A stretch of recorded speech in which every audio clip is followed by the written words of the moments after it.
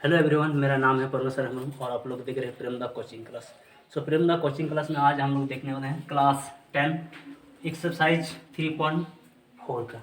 3.4 में क्वेश्चन क्या बोल रहा है? निम्न दिए गए समीकरणों के युग्म को प्रतिस्थापन विधि तथा विलोपन विधि से हल कीजिए। इनमें से कौन सी विधि अधिक उपयुक्त है? आपको चूजना है, मतलब चुनना है कौन आपको अच्छा लगता है, प्रतिस्थापन विधि या विलोपन विधि। क्वेश्चन यहाँ हम लोग का दिया हुआ है, क्वेश्चन नंबर 1,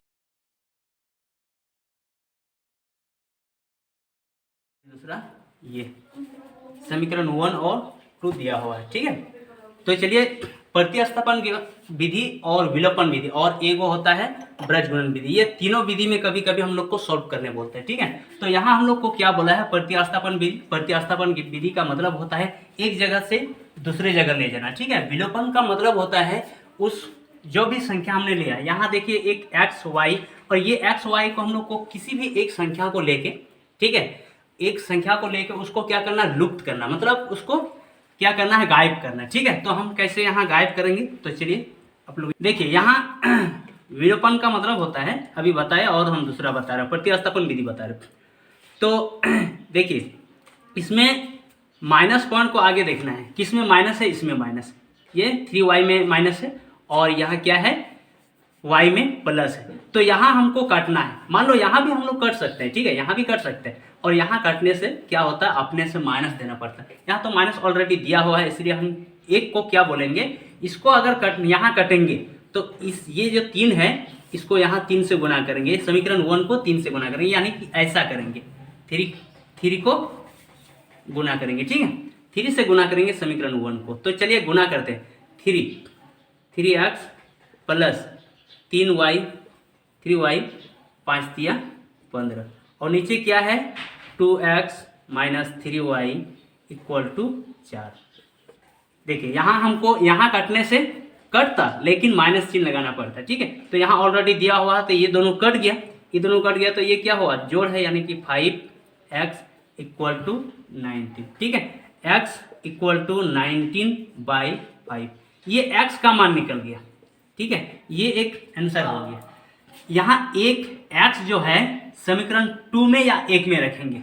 ठीक है, x जो है समीकरण 1 या 2 में रखेंगे। चलिए तो हम लोग रखते हैं समीकरण 1 में, यहाँ बोलेंगे 3/5 प्लस y इक्वल टू 5। ठीक है, तो ये y का मान निकलना है, y को इस साइड में रखेंगे, और ये 5 है, इसको उस साइड फेंक दिए, प्लस है तो उस साइड जाने पर क्या होगा? माइनस। ठीक है, माइनस होने से क्या होगा? 19/5, ये बट्टा के रूप में आ गया। तो यहाँ बट्टा, इसमें बट्टा है तो इसको भी बट्टा करना है, इसके नीचे हम 1 लगा सकते हैं। ठीक है, 1 लगा सकते हैं, और इन दोनों को हम लॉस ऑफ किए तो क्या बन गया?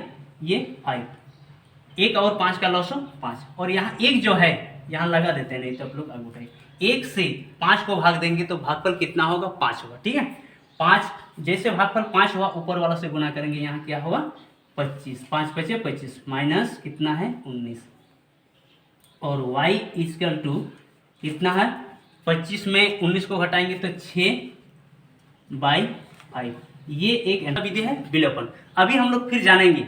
ठीक है, और इसमें हम लोग को अपना राय रखना है, किसमें आप लोग को अच्छा लगे। ठीक है, हमको जिसमें अच्छा लगेगा वो हम बताएंगे। ठीक है, आप लोग को जिसमें अच्छा लगेगा वो आप लोग बताइएगा। ठीक, तो यहाँ क्या है? x प्लस वाई समीकरण 1 का, और 2x minus 3y equal to 4। प्रतिस्थापन विधि। प्रतिस्थापन विधि क्या करेंगे? किसी एक को, ठीक है, किसी एक संख्या को क्या अदल बदल करेंगे, इस साइड का उस साइड ले जाएंगे, वैसा करेंगे। ठीक है, तो इसमें भी हम लोग समीकरण 1 से चलेंगे। समीकरण 1, किसी भी संख्या से हम कोई भी समीकरण 1 को माने या 2 को माने, हम किसी भी संख्या से प्रतिस्थापन विधि हम कर सकते हैं। ठीक है, समीकरण 1 से कहते हैं x plus y equal to 5। ठीक है, तो x बराबर 5, y उधर ठेल दिए तो माइनस y हो गया। ये क्या हो गया? समीकरण 3। ये x का मान समीकरण 3। ठीक है, तो ये हम कहाँ रखेंगे? 1 में रखे चाहे 2 में रखेंगे। ठीक है, तो 1 से तो बनाए हैं समीकरण 3 को, इसलिए हमको कहाँ रखना है? 2 में रखना है। यहाँ क्या बोले? पर 2 में रखते हैं। 2 क्या है, 2x minus 3y equal to 4। x ये है ना, तो ये वाला पार्ट को यहाँ रखेंगे। यहाँ देखिए 2x के जगह 5y bracket 1 minus 3y equal to 4। इसको गुना करिए, 5 दूगुने 10, 5 दूगुने 10, 2y minus 3y equal to 4। देखिए ये क्या है, y वाला पार्ट है, ये दोनों को जोड़ना है कि नहीं। -2 और -3 माइनस 5y इक्वल टू 4। तो इसको उस साइड ले गए तो -10, प्लस था ना, बराबर की उस साइड जाने से माइनस होएगा। तो चलिए इन दोनों को घटाएंगे आप, 5y इक्वल टू, इन दोनों को घटाने से क्या हो, -6। ठीक है, ये माइनस और ये माइनस कर दिए, ये गुना के रूप में है इसलिए भाग में चला आएगा। ठीक है, ये है। फिर आप बोलेंगे ये जो y का मान जो है उसको कहाँ रखना है, समीकरण 3 में रखेंगे। ठीक है,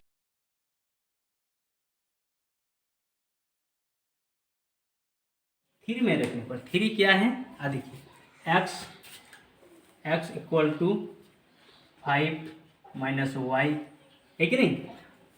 अब y का मान क्या है, 6/5। तो x इक्वल टू 5 माइनस 6 क्या है 5 है। यहाँ 1 है, इन दोनों को लॉस हो की तो क्या बन गया 5। 1 से 5 को भाग दिया, भागफल कितना हुआ 5। 5 जो भागफल है उससे ऊपर वाला को गुना करेंगे, क्या होगा 5 बचे 25 माइनस यहाँ कितना हुआ 1 से 5 को भाग दिए तो भागफल 1 गुना ऊपर 6, ये 6 हो गया। ठीक है, और इन दोनों को अब घटाना है, घटाने से क्या होगा 19/5।